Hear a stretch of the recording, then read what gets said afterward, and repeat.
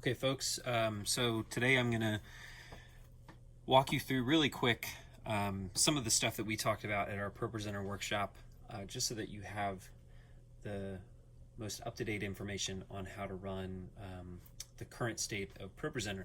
So I've made the mouse enormous so you can easily follow along with me on the screen. To give a quick reminder of just where everything is on Propresenter, starting on the left, this is your quick look at the service. You got pre-service, everything that happens before the service, and then post-service.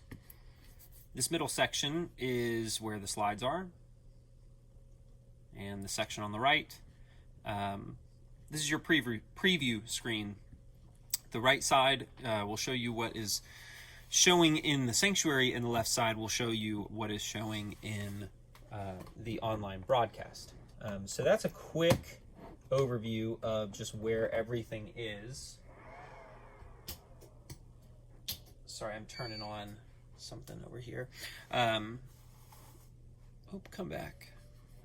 Okay, so starting from the top here, when you are operating the Propresenter computer, you're going to notice I might leave you notes. You can access those notes by clicking that little button right there. And those notes just might tell you some important things. For instance, this note says, click the first slide in the announcement loop right after starting the pre-service intro video countdown. So let's say it's first service, it's 8:50 in the morning, and you're coming in to start that pre-service countdown, the 5-minute countdown timer that we want you guys to be starting. Sorry. Okay, so you would come in here at 8:50 and see this note. Start this at 8:50. It will finish at 8:55, and the band will start playing a song.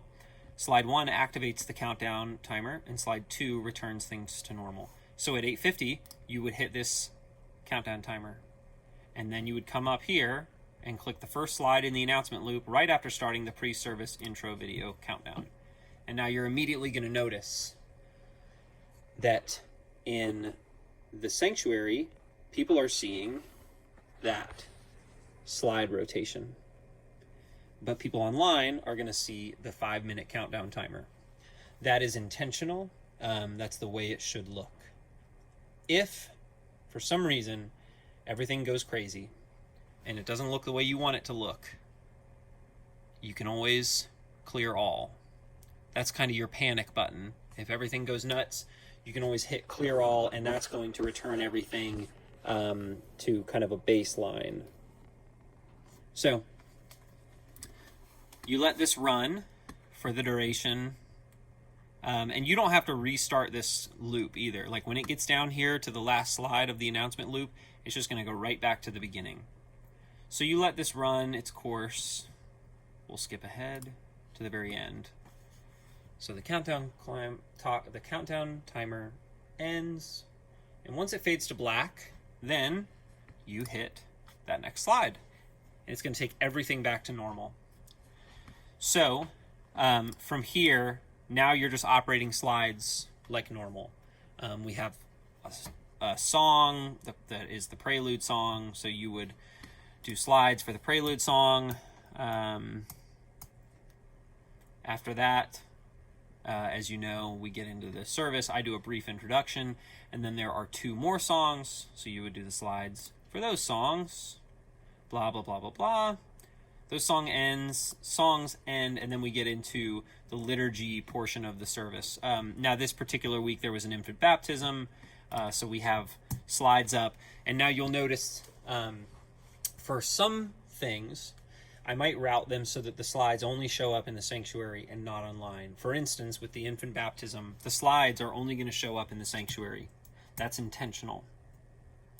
The key thing to remember always when you're running PowerPoint or Propresenter slides is that this icon in the top left corner of a slide, if there's any icon in the top left corner, that is an indication to you that I have embedded commands into the slide. This command, for instance, let's see what it is. This command is called audience look. And you'll notice I've set the audience look. You can kind of see it there without zooming in. The audience look is set to sanctuary only because I only want these slides to show up in the sanctuary. Now, if you were to fail to click this first slide and instead just went straight to one of those slides, then it could potentially not show up the way I need it to show up. I'll show you an example of this real quick by adding this action. So let's say, you know, you're in here with songs. You're doing the songs. The song ends. So you end on that blank.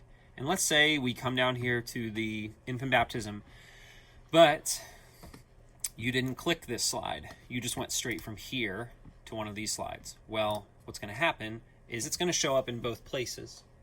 But remember, I only wanted it to show up in the sanctuary. That's why it's really important that instead you go from the end of the song to this first command slide and then to the first liturgy slide when appropriate. So, all that to say, it is very important that if you see icons indicating embedded commands, that you use those slides. This is how our announcements are always going to look, where there's going to be a blank slide and then a slide for the announcement. You'll notice that that slide is only showing up in the sanctuary because we don't want it to cover up the pastor's face while he's giving the announcements. So you would go from there. When he's done talking, clear it. And then the next announcement happens. You go to that one. And then when they're done, keep going. This is a video. Notice that videos, we're going to want them to show up in both places. Yeah. And then announcements would be done. And then again, just to reiterate, always click the slides that have these embedded codes in them. So here we go. We're doing the opening acclamation, the collect of purity, blah, blah, blah, blah, blah. The first reading, the second reading, the teaching. There was nothing for the teaching this week, so I don't have anything to show you there.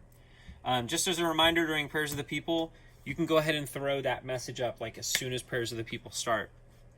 And you can just kind of leave it up during all of the Prayers of the People. It won't be in anybody's way. The only time you need to take it down is when they do the general confession. If they keep praying, if they keep doing Prayers of the People after the general confession is done, you can go back to, that prayer message. Eucharist, this is just, this is the most difficult, I think, section of slides to run correctly because it just happens really fast and they don't really cue you on when to put them up, but here it is.